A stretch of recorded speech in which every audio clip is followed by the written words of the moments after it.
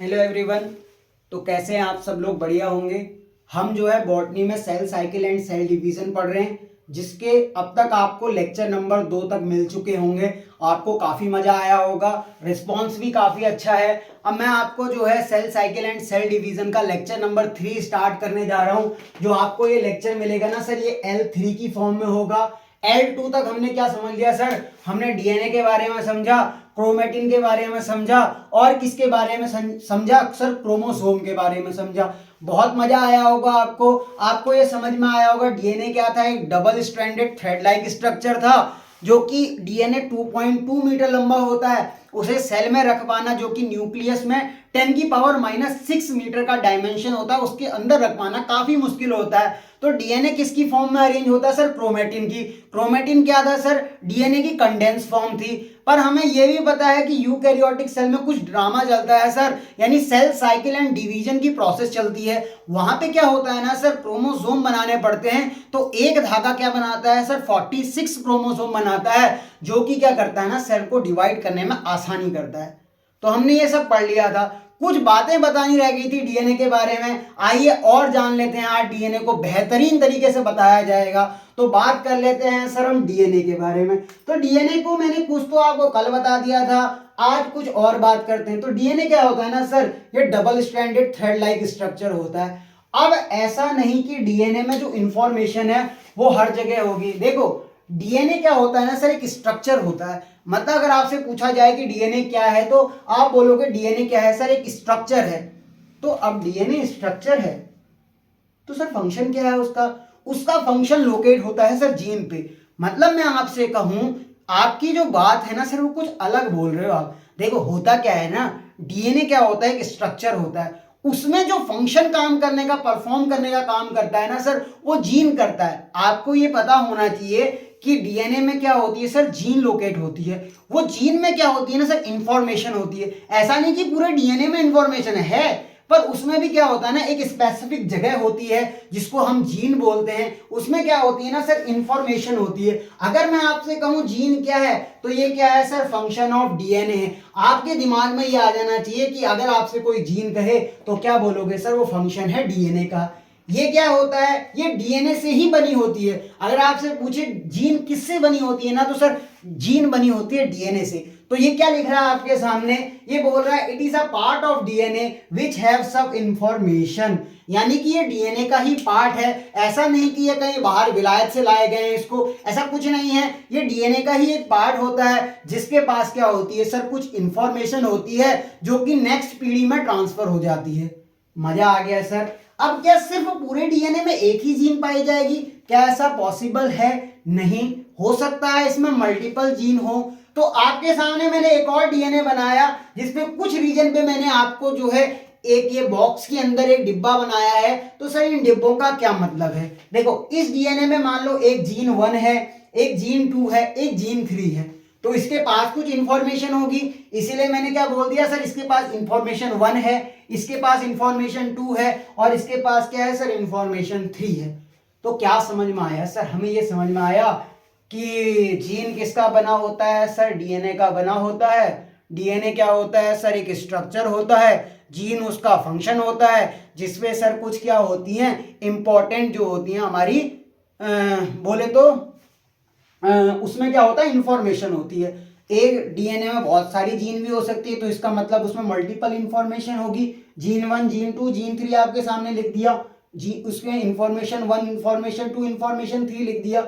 तो सर ये तो लिख दिया, अब इससे हम करें क्या? ये मतलब जज नहीं रहा सर, ये पढ़ा क्यों रहे हो? तो आपको देखो स्टेटमेंट बनाने हैं ना, क्योंकि आपको मैं कुछ ऑब्जर्वेशन दूंगा, उससे समझो और ये स्टेटमेंट सही है या गलत है, इनको समझते हैं। ठीक है? बोल रहा है आपसे gene is made up of DNA. मैंने आपको बता दिया कि जीन किससे बनी है सर? डीएनए से ही बनी है। ऐसा नहीं कि इसको विलायत से कहीं ले आए हैं। तो ये बनी किससे है सर? डीएनए से बनी है। और ये क्या है सर? फंक्शनल सेगमेंट है किसका? डीएनए का। तो जीन क्या है सर? फंक्शनल सेगमेंट है। तो दोनों स्टेटमेंट करेक्ट हैं, इसीलिए मैंने लिखा S1 and S2 are correct. तो आपको इस तरह के क्वेश्चन कराने हैं सर। ऐसा नहीं कि खाली आपको जो है आगे बढ़ा दूं और कुछ भी समझ ना आए। तो आपको इस तरह के क्वेश्चन भी करने हैं, ताकि आपको कॉन्फिडेंस जो है सुपर डुपर हिट हो जाए, आपको मजा आ जाए सर कि इस तरह की चीजें तो हमने यूट्यूब पे पढ़ी नहीं थी। पढ़ी होंगी यार, मैं कोई बहुत अच्छा टीचर थोड़ी हूँ, मैंने भी तो ये सीखा ही है। सब पढ़ाते हैं, ये खाली चोचले होते हैं। आप जिसका भी लेक्चर देखोगे ना, वो क्या बोलेगा आपसे, मैं सच बता रहा हूँ।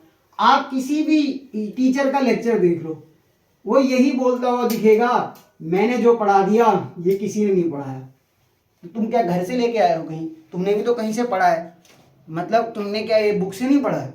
मतलब कई लोग कहते हैं मैंने ये पढ़ा है, और मैं आपको कुछ अलग ही चीज बता रहा हूँ। हाँ, वो बताने का तरीका अलग हो सकता है। ऐसा नहीं कि जो है बोलने का, टीचर के बोलने के तरीके पे भी डिपेंड करता है कि आपको समझ में आ रहा है नहीं आ रहा है। तो ऐसा नहीं कि मैं कोई ये अपनी बुक लिख दी है मैंने या कुछ अलग कर दिया, तो उसने भी तो कहीं से इंफॉर्मेशन गेन करी होगी। हाँ, ये हो सकता है कि बोलने का तरीका अलग होता है, समझाने का तरीका अलग होता है, कुछ एग्जाम्पल से समझाते हैं, वो तरीका अलग हो सकता है। पर ऐसा नहीं कि ये जो टीचर आजकल आपको दिखते हैं ना, जो बेवकूफ़ बनाते हैं सर, कि हमने क्या कहते हैं, ये हमने हिदायत की, ये तरीका हमने अपनाया है, ये तरीका उन्होंने अपनाया हो सकता है, पर ये बुक्स में भी होता है। तो आप अच्छी बुक्स पढ़ेंगे तो आपको सब मिलेगा। आगे हम बात कर लेते हैं ना, अब ये इनसे कंक्लूजन क्या निकाले सर, ये आपने इतनी बकवास लिखी थी, ये समझाया, इससे कंक्लूजन क्या है? तो कंक्लूजन ये है ना सर, समझो, कंक्लूजन आपको ये लिखना है कि जीन भी न्यूक्लिक एसिड का ही बना होता है। क्योंकि जीन किसका बना है सर? डीएनए का। और डीएनए क्या होता है? Nucleic acid. आपको ये पता है ना, डीएनए न्यूक्लिक एसिड होता है, और जीन किसका बना है सर? डीएनए का। तो आप कंक्लूजन इससे क्या निकालोगे? ये मैंने जिनसे पढ़ा है वो बहुत बढ़िया टीचर हैं, और वो अपनी तारीफ भी नहीं करते हैं ज्यादा। जीन भी न्यूक्लिक एसिड का ही बना है, और ये उन्हीं के ही नोट्स हैं, एसिड का ही बना है। कभी मुझे जिंदगी में मैं कुछ बन जाऊंगा तो उनके पास जाऊंगा। मैं उनसे मिला नहीं हूं, क्योंकि वो ऑनलाइन पढ़ाते थे। अब यहाँ पे भी क्योंकि लिखना है, क्योंकि gene is made up of DNA. मैंने सिर्फ उनको ऑनलाइन में ही देखा है। कभी मौका मिले या मैं कुछ बन पाऊँ तो उनके पास मिलने जा पाऊँ। Made up of DNA, and DNA is a nucleic acid.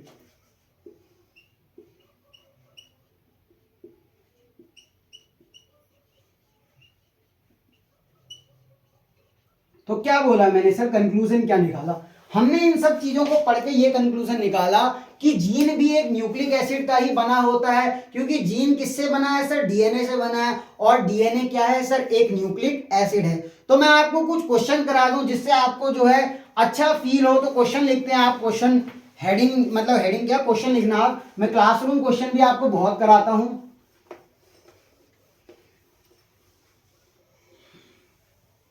तो पहला क्वेश्चन आपके सामने कह रहा है, क्वेश्चन नंबर 1, ये बायोटेक से भी रिलेट कर सकते हो आप। विच of the following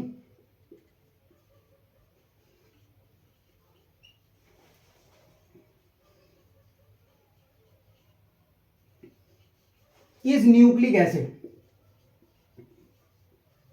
which of the following is nucleic acid, ये क्वेश्चन मार्क है।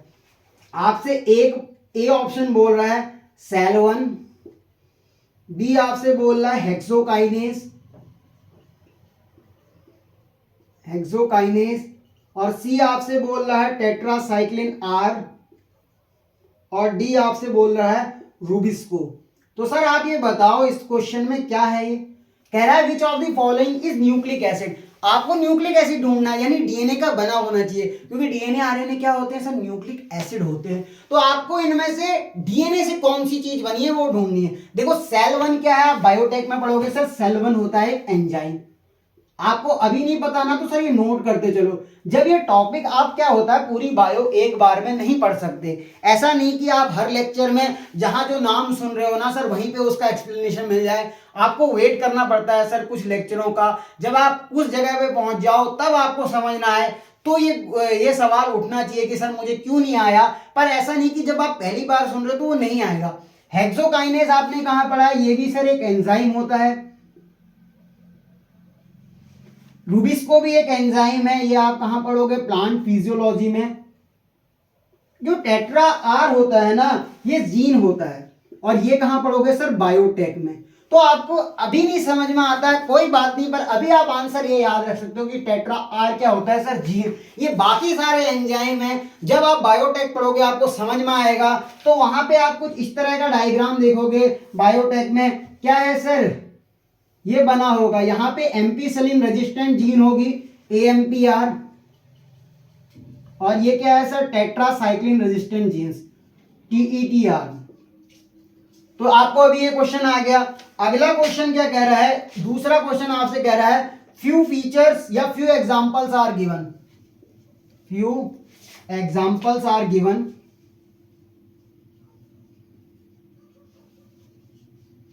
कुछ आपको एग्जांपल दिए हैं, कौन से दे रखे हैं, एक तो दे रखा आपको सेल 1, दूसरा दिया एम्पीसिलिन रेजिस्टेंस, तीसरा आपको दिया टेट्रा आर, चौथा दिया रूबिस्को, ये थोड़े कॉन्सेप्ट खोलने के लिए है, और दिया हेक्सोकाइनेस।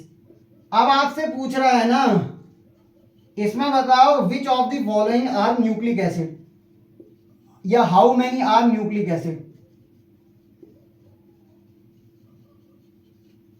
अब ये वाला क्वेश्चन आपसे हो जाना चाहिए, पहली बार नहीं हो पाया कोई बात नहीं। देखो अभी हमने क्या पढ़ लिया, सेल 1 क्या है, एंजाइम है, रूबिस्को एंजाइम है, हेक्सोकाइनेस एंजाइम है, तो बचा क्या सर, एम्पीसिलिन रेजिस्टेंस जो आपको दिखाया, और टेट्रासाइक्लिन रेजिस्टेंस सर ये क्या है, ऑप्शन में आपके पास ए होगा, मान लो 1 होगा, बी होगा 2, और सी होगा 3, और डी होगा सर 4। तो आप किसको टिक मारोगे सर, 4 को लगा दूं क्या, नहीं, आप लगाओगे सर 2 को, क्योंकि एम्पीसिलिन रेजिस्टेंस और टेट्रासाइक्लिन आर क्या होते हैं सर, ये न्यूक्लिक एसिड होते हैं। तो यहां तक आप क्या करो सर, नोट करो। और अब मैं आपको कुछ बताता हूं कि रीजन फॉर सेल डिवाइड, कि आखिरकार सेल डिवाइड क्यों करता है, तब तक आप इसको क्या करो सर, नोट कर लो।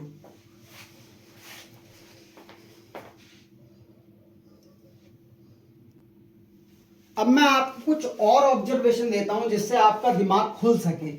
सर क्या बताओगे आप, कुछ स्पेशल बताओगे? हाँ देखो क्या होता है ना, जो प्रोकैरियोटिक सेल और यूकैरियोटिक सेल पढ़ा है, परसों के लेक्चर में देखा था या कल के लेक्चर में देखा था सर, फिर वही बात कर दिया आप। तो हम तो यही भूल जाते हैं हमने कल खाना क्या खाया था, आप तो कल परसों की बात करते हो। यार ऐसा नहीं करना है, जब आप नया लेक्चर देखते हो ना तो पिछला लेक्चर रिवाइज भी करके आया करो। ऐसा नहीं कि मुंह धोया और आपने ऐसे मुंह धो के, या मुंह भी नहीं धोया सीधा लेक्चर देखने आ गए, ऐसा नहीं करना है। तो देखो जो प्रोकैरियोटिक सेल होता है ना, वो ऑलवेज यूनिसेलुलर होता है। क्या बात कर रहे हो सर, प्रोकैरियोटिक सेल्स यूनिसेलुलर होता है? हाँ, प्रोकैरियोटिक सेल्स क्या होता है ना सर, सिंगल सेल का होता है। पर मैंने तो सर कॉलोनी भी देखी है, बैक्टीरिया सिंगल सेल का होता है, तो क्या है उसमें तो बहुत सारे देखे हैं मैंने, वो इकट्ठा होके काम कर रहे हैं। सर मल्टी सेलुलर क्यों नहीं बोल दूं मैंने तो बहुत सारे बैक्टीरिया आपस में इकट्ठे देखे हैं, पेट्री प्लेट देखी, उसमें ग्रोथ होते हुए देखा है बैक्टीरिया की। मैं तो लैब वाला आदमी हूँ सर, आप तो बेवकूफ़ बना रहे हो। आप ये कह रहे हो कि बैक्टीरिया यूनिसेलुलर नहीं, मैंने तो उसकी एक ऐसे रिंग जैसी स्ट्रक्चर देखा है, वो तो बहुत बहुत ग्रो करता है सर, वो आपस में चिपके भी रहते हैं। तो इसको आप चेन बोल सकते हो पर मल्टी सेलुलर नहीं कहोगे। चेन कह सकते हो पर मल्टी सेलुलर कहना गलत हो जाएगा सर। अच्छा, तो हम तो सोच रहे थे कि सर बैक्टीरिया क्या है, मल्टी सेलुलर है, यानी कि जो प्रोकैरियोटिक सेल होते हैं वो मल्टी सेलुलर भी हो सकते हैं, हम तो ये सोच रहे थे। पर ये गलत है सर। हमेशा याद रखना कि जो प्रोकैरियोटिक सेल होता है ना, वो ऑलवेज यूनिसेलुलर होता है। आप उसकी कॉलोनी देख सकते हो, ऐसा हो सकता है कि वो ज्वाइन कर रखे हों, पर वो हमेशा यूनिसेलुलर रहेंगे। कुछ एग्जाम्पल आप बता सकते हो सर, ऐसा कैसे कह सकते हो आप? मैं नहीं मानता आपकी बात। तो देखो ऐसा हो सकता है ना कि मान लो आप ऐसा देखना कि 4 फैमिली है, मतलब आप कॉलोनी बना रहे हो सर, उनकी दीवारें कॉमन हो सकती है पर किचन अलग होगा ना। मान लो आपने क्या करा, घर चिपका चिपका के बना दिए। मान लो एक घर ये है, मैं कुछ एग्जांपल देता हूं आपको, अब मुझे ऐसा कुछ दिख नहीं रहा। हाँ मान लो एक घर ये है, इसी के पड़ोस से सटा हुआ आपने दूसरा घर बना दिया, तीसरा घर बना दिया, चौथा घर बना दिया। तो मतलब इनकी दीवारें कॉमन हो सकती हैं, पर ये सर खाना तो अपना अलग अलग बनाएंगे। और ये भी हो सकता है जरूरत पड़ने पर एक दूसरे की मदद भी कर दें, पर सर इनका खाना अलग बनेगा। 4 फैमिली इकट्ठा रहते हुए भी, यानी एक संग चिपकी हुई हैं, दीवारें कॉमन है, बट सर हमें ये देखना है कि उनके रूम में खाना अलग पक रहा है, सब काम अलग हो रहे हैं, न्यूक्लियस का अलग अलग जगह पे क्या है सर डोमिनेंसी है, यानी कि वो क्या कर रहे हैं सर एक संग होते हुए भी एक संग नहीं है। मतलब कि क्या है सर ये मल्टी सेलुलर नहीं है, ये यूनिसेलुलर है। बहुत बढ़िया सर, मजा तो आ गया, आपने कुछ बता दिया अच्छा कुछ। अब यूकैरियोटिक सेल क्या होता है ना, यूकैरियोटिक सेल के केस में थोड़ा सा अंतर हो जाता है सर। क्या बात करें, यूकैरियोटिक सेल यूनिसेलुलर भी हो सकता है, मल्टी सेलुलर भी हो सकता है। अयो दादा ऐसी कैसे हो गया।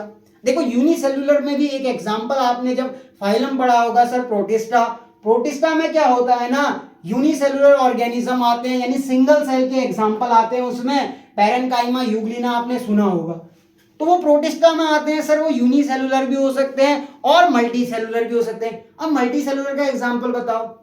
अब उसी को उल्टा कर दो सर एग्जांपल को, 4 फैमिली एक संग रह रही हैं। अब पहले तो क्या था, उनकी दीवारें कॉमन थी, खाना अलग बन रहा था। 4 फैमिली टुगेदर रह रही है सर, एक ही घर में रह रही है, उनका किचन एक ही है। मतलब कि चारों फैमिली इकट्ठा हैं, उनकी दीवारें भी भले ही कॉमन है, पर उनका सर क्या है ना किचन एक ही जगह पे, मतलब खाना एक ही जगह बन रहा है। कंट्रोल सर एक अपने में आप में है, एक न्यूक्लियस है जो उन सबको क्या कर रहा है सर कंट्रोल करके रख रहा है, चाहे वो 4 फैमिली ही क्यों ना हो। मतलब चारों एक संग जुड़ी है ना, तो वो एक संग जुड़ी है तो क्या हुआ सर मल्टी सेलुलर हो गया। उसमें जरूरत पड़ेगी तो वो सब मदद करेंगे, पर वहां पे मदद करना सर अलग हो जाता है केस। वो यूनिसेलुलर का केस था, यहाँ पे हम आते हैं मल्टी सेलुलर में। मल्टी सेलुलर का एग्जाम्पल क्या होता है सर, प्लांटेई होता है पूरा, फंजाई होता है और एनिमेलिया होता है। मजा आ गया सर, कुछ अलग अलग चीजें आज जानने को मिल गई हमें। अब क्या ऐसे ही पढ़ोगे ना मुझसे तो ऐसी अलग अलग चीजें जानकारी मिलेंगी और आपका कोर्स भी बहुत अच्छे से होगा। आप 11th के हो तो आपके लिए बहुत ही अच्छा है। इस समय आपका जो है कॉन्सेप्ट बिल्ड होना चाहिए, ऐसा नहीं कि क्या कहते हैं आपने कुछ भी नहीं पढ़ा हो तब भी आपको समझ में आ रहा होगा। आगे हम बात करते हैं रीजन 4 सेल डिवीजन। आखिरकार ऐसे क्या कारण थे कि सेल को डिवाइड करना पड़ा या डिवाइड होना पड़ा। तो देखो प्रोकैरियोटिक सेल की बात करें बैक्टीरिया की, और यूकैरियोटिक सेल की बात करें जिसमें प्रोटिस्टा या सिंगल सेल होता है। अब कई लोग कहेंगे सर ये क्यों पढ़ा रहे हो, ये कुछ चीजें एनसीईआरटी में तो लिखी नहीं है, क्या चल रहा है सर। देखो मैं आपसे कहूं ना माइटोसिस, ए माइटोसिस सुना था सर, हाँ दिनेश सुरेश रमेश की बुक में ये था कि ए माइटोसिस क्या होता है सर, बैक्टीरिया वगैरह में देखने को मिलता है। मैं आपसे कहूं क्या यूकैरियोटिक में ए माइटोसिस की घटना देखने को मिलती है सर, ऐसे जवाब तो नहीं पता। या यूकैरियोटिक में हमेशा ही माइटोसिस होती है, ऐसे स्टेटमेंट आपको दे दे तो आप क्या करोगे वहां पे सर, सिट्टी पिट्टी गुम हो जाएगी, हम एक कंबल ओढ़ेंगे और सो जाएंगे। तो होता क्या है ना इस तरह की स्टेटमेंट आपको आने चाहिए। तो बात करें हम प्रोकैरियोटिक सेल जो कि बैक्टीरिया है, और यूकैरियोटिक में भी सर ये माइटोसिस हो सकती है, जरूरी नहीं वहां हमेशा माइटोसिस हो रही हो। तो हो सकता है ना कि पैरेन्काइमा या यूग्लिना सेल जो होते हैं ना वो क्या होता है ना सिंगल सेल होता है। अब यहाँ पे बात करें जब इसने सर डिवाइड किया, मान लो सेल ने ग्रोथ शो, अब इसका क्या होता है ना सर एक सेल से 2 सेल बनना, ये ग्रोथ को भी बताता है और रिप्रोडक्शन को भी बताता है। मतलब कि क्या है, एक सेल जब डिवाइड करता है ना यानी 2 सेल में बढ़ता है तो एक से बने 2, तो सर ये तो रिप्रोडक्शन हुआ कि मतलब एक से 2 बन रहे हैं और अलग हो गए यानी ये, तो ये क्या है सर ग्रोथ क्यों कह रहे हो आप इसे। देखो होता क्या है ना जब मल्टी सेलुलर ऑर्गेनिज्म होती है उसमें जो रिप्रोडक्शन यानी जो ग्रोथ होती है ना, ग्रोथ के बाद जो 2 डॉटर बनती हैं वो आपस में कंबाइंड रहती हैं सर, वो ग्रोथ के काम आती है, यानी वो रिपेयर करने का काम करती है। जब आप मल्टी सेलुलर ऑर्गेनिज्म की बात करते हो, हमारी बात कर रहे हो, तो उसमें क्या होता है ना सर जो ग्रोथ पहले सेल डिवाइड करता है वो क्यों करता है। आपने मल्टी सेलुलर में सोचा कभी जो डिवाइड कर रहा है सेल वो क्यों कर रहा है, या तो वो ये कर सकता है कि वो हमारी बॉडी को रिपेयर करने का काम करे, या हो सकता है सर रिप्लेसमेंट कर दे। मान लो ये हमारी डेड सेल होगा ना, स्किन की डेड सेल होती गई और इन डेड सेल को वो हटाते गया और रिप्लेस करने के लिए अपनी जगह ले ली। तो मल्टी सेलुलर ऑर्गेनिज्म में क्या होता है ना सर, हमेशा जो सेल डिवीजन होता है ना वो एक तो होता है सर ग्रोथ के लिए और एक होता है सर हमारा सेल डिवीजन क्या कहते हैं सेल रिप्लेसमेंट के लिए, और क्या होता है सर रिपेयरिंग के लिए। पर यहां पे क्या होता है ना यूनिसेलुलर में एक केस अलग होता है कि यहां पे जो सेल डिवाइड होता है वो रिप्रोडक्शन के लिए भी होता है और ग्रोथ के लिए भी होता है। अब इसको सर ग्रोथ से क्या कहना चाह रहे हो, कुछ समझ नहीं आ रहा। देखो यहाँ पे क्या है, मतलब जो ये बैक्टीरिया सेल है जिसमें इस्चेरिचिया कोलाई ले लिया या कुछ भी ले लिया, ई कोलाई, इसमें क्या है, यहाँ पे 1 सेल बराबर 1 ऑर्गेनिज्म है।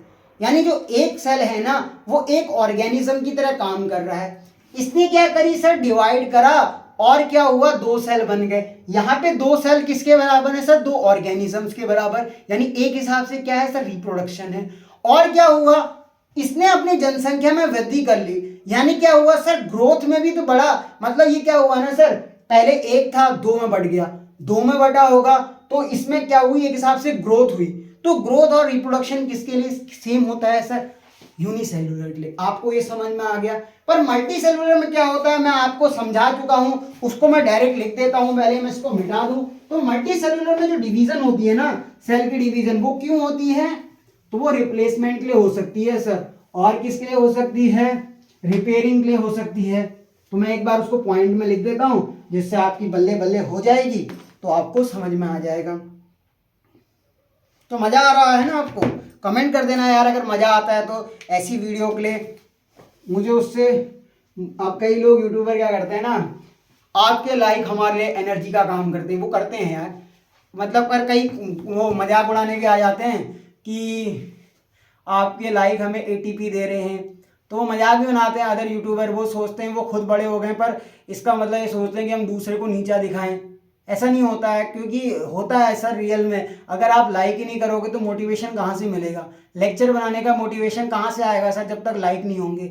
अगर उस वीडियो में लाइक आ रहे हैं तभी तो जो है मोटिवेशन आएगा कि हाँ हमें वीडियो बनाने हैं। पर कई लोग इसका अदर मतलब ले जाते हैं, वो कहते हैं कि यार हमारा क्या कहते हैं, हमने तो कभी नहीं कहा ऐसा, तुमने नहीं कहा वो बात अलग थी, अब तुम्हारी वीडियो में लाइक आ रहे हैं तो इसका मतलब ये थोड़ी कि जो दूसरा बंदा बोल रहा है तो वो गलत बोल रहा है। ऐसा नहीं करना होता है, किसी को गलत साबित करना नहीं होता है। हमें क्या करना है सर, अपनी पढ़ाई से मतलब है। दूसरा आप कह रहे हैं मल्टी सेलुलर में क्या होता है, मैं बातें कम करता हूं पर मैं जब ऐसे पढ़ाता हूं तो मैं कुछ बातों में निकल जाता हूं। तो मल्टी सेलुलर में क्या हुआ, जो मल्टी सेलुलर सेल होती है ना उसमें क्या होता है, सेल डिवीजन अकर फॉर, वो क्यों होती है, अकर फॉर, पॉइंट लिखना, पहला होता है रिपेयरिंग के लिए, यानी वो क्या करे सर, रिपेयर करे। दूसरा क्या कह रहा है, रिप्लेसमेंट के लिए, पॉइंट आपके यही नोट्स हैं, रिप्लेसमेंट। और तीसरा क्या है सर, ग्रोथ के लिए। अब इन सब को पढ़ने के बाद अब हम चैप्टर के इंट्रोडक्शन में आएंगे। मतलब अभी तक हमने चैप्टर का इंट्रोडक्शन ही नहीं किया। आप पढ़ तो रहे cell cycle and cell division, पर अब तक हमने क्या किया सर, पूरा बेसिक पढ़ लिया। अब आपको मेरी बेसिक की क्लासें कैसी लगी आप ये बताना। 3 लेक्चरों में मैंने आपको क्या करा सर, पूरे चैप्टर का बेसिक समझा दिया। अब आपको ये समझने के बाद आप जेनेटिक्स में भी जाओगे तो भी दिक्कत नहीं होगी sir, molecular basis of inheritance में जाओगे तो भी दिक्कत नहीं होगी, बायोटेक में जाओगे तो भी दिक्कत नहीं होगी, और सेल साइकिल में तो मैं कोई दिक्कत होने ही नहीं दूंगा। तो आगे हम बात करते हैं सर, अब चैप्टर के इंट्रोडक्शन में जाते हैं। बहुत बातें कर ली आपने, बेसिक बहुत समझा दिए, अब कुछ चैप्टर भी पढ़ा लो। क्या यही पढ़ाते रहोगे, चैप्टर कब स्टार्ट करोगे, हम तो चैप्टर के लिए रुके हैं सर अभी तक, ये तो हम तो देखते भी नहीं। क्या है बेसिक में, कुछ नहीं होता है, ये तो खाली टाइम पास कर रहे थे सर आप 2 लेक्चर से।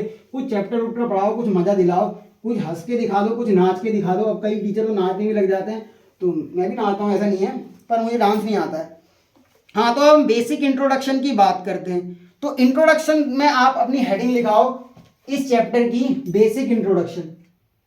अब क्या पढ़ा रहे थे आप, बेसिक तो पढ़ा रहे थे, हाँ तो आप इंट्रोडक्शन दे रहे हैं ना, बेसिक इंट्रोडक्शन लिखो। ऑल लिविंग ऑर्गेनिज्म, एक तो मेरी इंग्लिश थोड़ी सी अच्छी है ना, तो मुझे देखना पड़ता है काफी कुछ। डेवलप फ्रॉम सिंगल सेल, किसी दिन मुझे इंग्लिश के लिए अवार्ड मिल सकता है।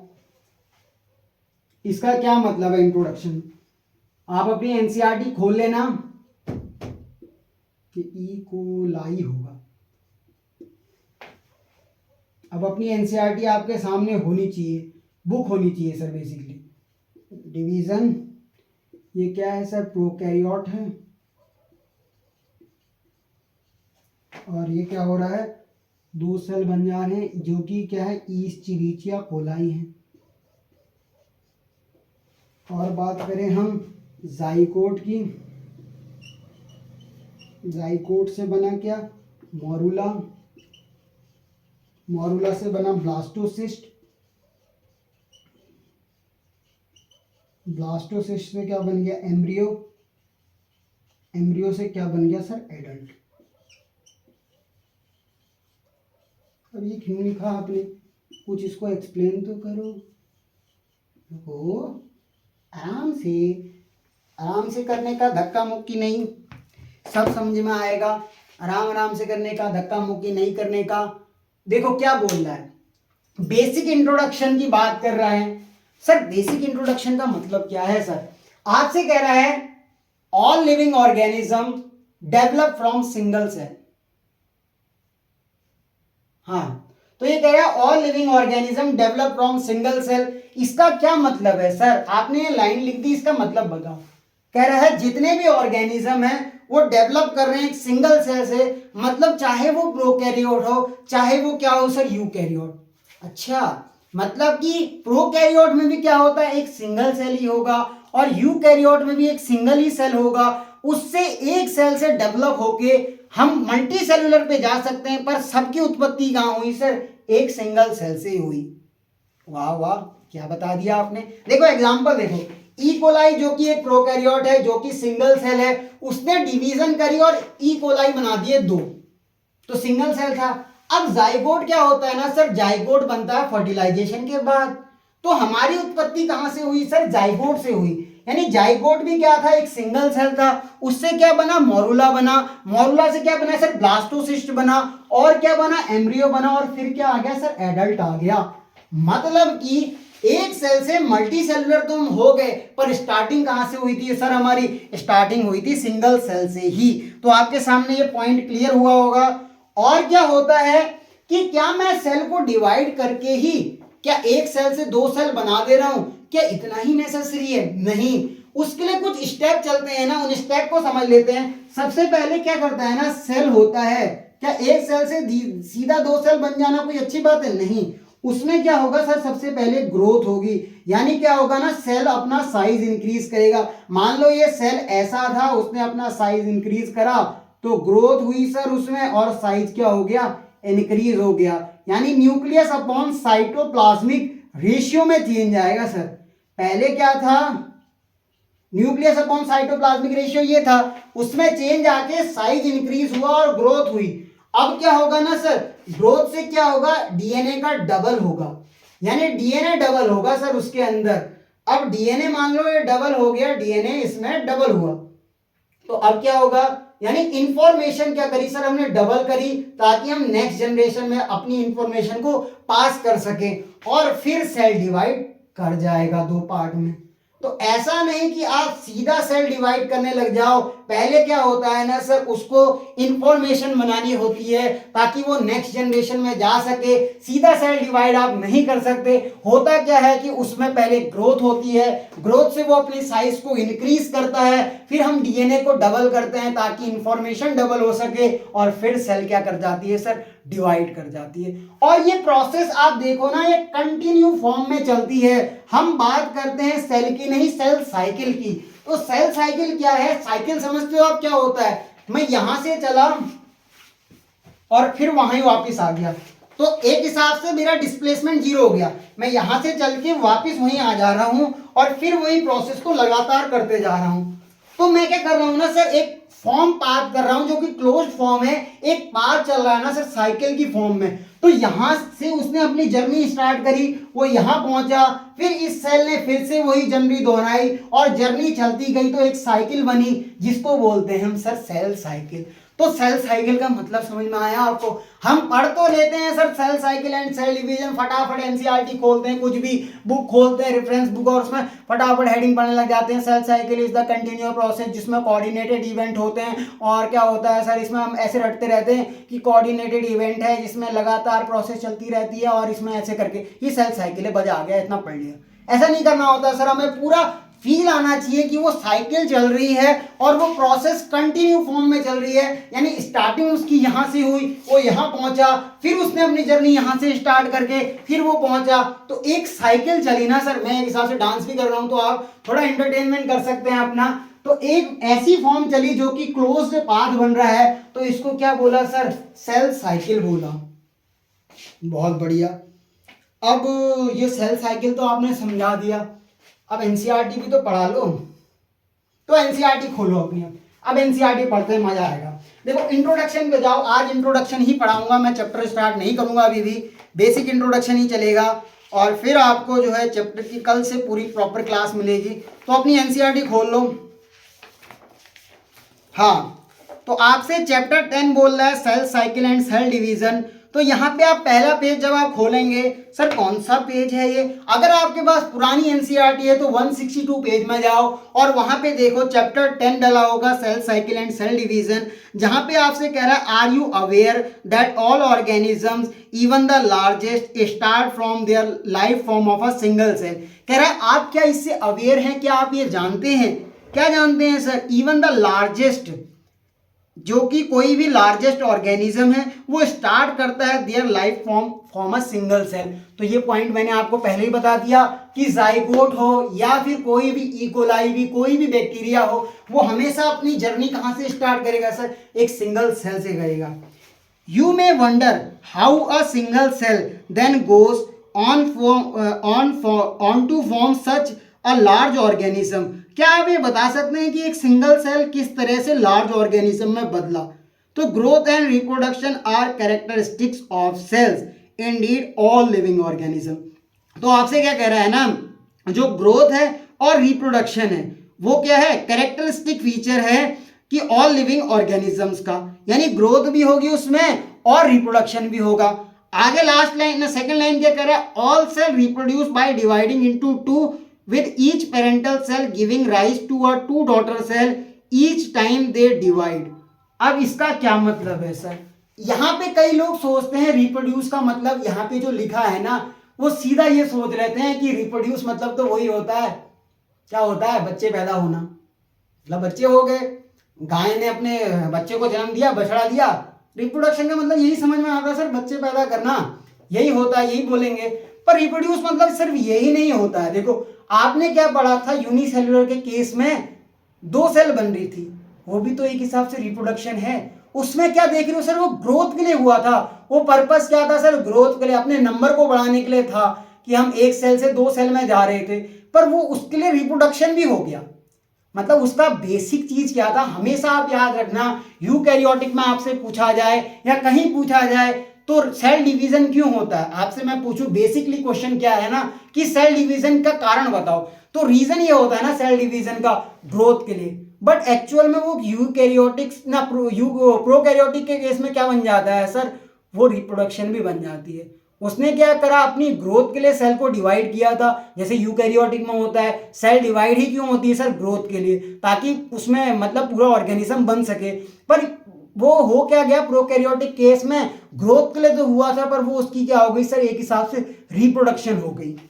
इसीलिए आपसे क्या कह रहा है, all cell reproduce by dividing into two with each parental cell giving rise to daughter cells each time they divide, these newly formed daughter cell can themselves grow and divide। देखो वो लाइन लिखी हुई है। फिर कह रहा है giving rise to a new cell population that is formed by the growth and division of a single parental cell and its progeny. In other words such cycles of growth and division allow a single cell to form a structure consisting of a millions of cell. यानी कि हमें sir क्या पता चल गया, आज हमने basic introduction पढ़ लिया। अब सेल साइकिल के ऊपर जो ड्रामा है, यानी जो सेल साइकिल चलेगी, वो मैं नेक्स्ट लेक्चर में बताऊंगा। अब एक लास्ट ऑब्जर्वेशन, हमने जो ये पूरा बेसिक इंट्रोडक्शन पढ़ के निकाली है, उस ऑब्जर्वेशन को लिख लो, फिर हम आज की क्लास को एंड कर देंगे और फिर आप कमेंट में बताना सर ये आपको क्लास कैसी लगी है। अच्छी लगी हो तो लाइक कर देना, नहीं लगी हो तो भी आप अपना फीडबैक तो कमेंट में दे ही देना। लाइक ना भी करो, डिसलाइक कर दो, कोई बात नहीं, पर डिसलाइक मत करना यार, बहुत मेहनत लगती है लेक्चर बनाने में और नोट करके उसको अपलोड करने में। इतना सब कुछ पढ़ना पड़ता है, फिर उसको अपलोड करना पड़ता है, काफ़ी नेट फूक जाता है। तो आपका तो क्या है, आप सीधा डिसलाइक दबा दोगे, तब भी वो आपकी ऊपर है, आप कुछ भी करो, पर मैं तो चाहूँगा कि आप सपोर्ट ही करो। तो हम बात करते हैं कि कुछ ऑब्जर्वेशन लिख लेते हैं ताकि हमारा ये चैप्टर खत्म होने, मतलब ये लेक्चर खत्म हो सके। तो बात करते हैं कुछ ऑब्जर्वेशन की। तो हमारी क्या ऑब्जर्वेशन हुई अब तक पढ़ के? तो पहली ऑब्जर्वेशन क्या है, इन ऑल लिविंग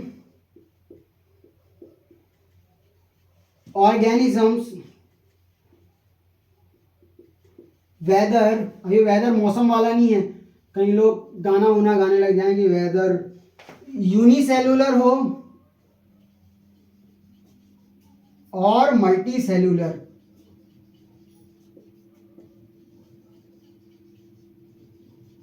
क्या कह रहा है, सेल डिवीजन अकर। मैं एक बार लिख दूं ऑब्जर्वेशन, फिर आपको एक्सप्लेन कर देता हूं ताकि वीडियो लंबी ना हो, नहीं तो लिखने में भी टाइम चला जाएगा। एक बार मैं रोक लेता हूं वीडियो। तो मैंने कुछ ऑब्जर्वेशंस आपके सामने लिख दिए, इनको एक बार पढ़ लेते हैं फिर लेक्चर को खत्म करते हैं। बात करें हम पहले ऑब्जर्वेशन की, तो वो क्या बोल रहा है, जो कि बेसिक इंट्रोडक्शन से आई हैं, आपको यही नोट कर लेनी है, इतनी सब राम कहानी लिखने की कोई जरूरत नहीं है। पहला पॉइंट क्या कह रहा है आपसे, इन ऑल लिविंग ऑर्गेनिज्म, चाहे वो वेदर बोल रहा है, यूनिसेल्युलर हो और क्या हो सर, मल्टी सेल्युलर, वो कह रहा है सेल डिवीजन उसमें होगी, सेल डिवीजन होगी, चाहे वो ग्रोथ के लिए हो या रिप्रोडक्शन के लिए हो, पर होगी सर। दूसरा क्या कह रहा है, फ्रॉम सिंगल सेल जो कि जाइगोट है, a complete organism with large number of cell can form, यानी एक सिंगल सेल जो कि जाइगोट से क्या बना सर, मल्टी सेल्युलर ऑर्गेनिज्म बना। फिर कह रहा है each time cell divide it form two daughter cell, यानी क्या होगा, सेल डिवाइड करेगी, दो डॉटर सेल बनाएगी, सेल शो करेगा, ग्रोथ को शो करेगा, डीएनए रेप्लिकेशन होगा, डीएनए की कॉपी बनेगी, और क्या होगा सर, सेल डिवीजन होगा। ये अगर होगा मैनी टाइम तो एक ये इवेंट बन के आएगा जो कि साइक्लिक प्रोसेस के रूप में चलेगा, तो इसको क्या बोलेंगे सर, सेल साइकिल। तो आज हमने लेक्चर 3 की बड़ी शानदार तरीके से समाप्ति की है, जिसको हमने इंट्रोडक्शन के साथ पढ़ के देखा। अब हम नेक्स्ट लेक्चर में क्या पढ़ेंगे, तो नेक्स्ट लेक्चर में हम सर उसके आगे की चीजें पढ़ेंगे। अब हम सेल साइकिल को समझेंगे, यानी फेजेस ऑफ सेल साइकिल को समझेंगे, माइटोसिस जैसे टर्म आपके सामने आएंगे। तो जरूरी नहीं है मैं कल के लेक्चर में ही माइटोसिस शुरू कर दूं, आपको पूरे लेक्चर मिलने हैं सर, पूरा अच्छे से पढ़ना है, फोकस बनाए रखना है, आपको अपने फोकस को लूज नहीं करना है। मैंने एक जगह पढ़ा था, जो अपने को कमजोर समझता है ना सर, जो अपने को कमजोर समझता है कुछ, वो सबसे बड़ा पाप करता है, कुछ ऐसा लिखा था। अब मुझे कोई ज़्यादा, मैं मोटिवेशनल स्पीकर नहीं हूँ, मैं अपने में तो खुद ही आजमा नहीं पाता हूँ, मैं बोल देता हूँ, पर हाँ आपको जो है ये कुछ नोट्स, आपको जो ये कोटेशन मिलते हैं इनको पढ़ना चाहिए, जिससे कुछ समय के लिए आपको अच्छा फील होता है। तो इसके संग मैं लेक्चर की समाप्ति करता हूं। अपने प्यार को बनाए रखिएगा। सपोर्ट करने के लिए आज मैंने एक व्लॉग भी अपलोड किया था, जिसपे आप सभी का बहुत सारा प्यार आया है, तो धन्यवाद आप सभी का। इस तरीके से आप लेक्चरों में भी जो है सपोर्ट करते रहें, खाली व्लॉग देखने के लिए ही ना करें। तो थैंक यू बने रहने के लिए, बाय बाय। नेक्स्ट लेक्चर में मिलते हैं, पढ़ाई करते रहें, ऑल द वेरी बेस्ट।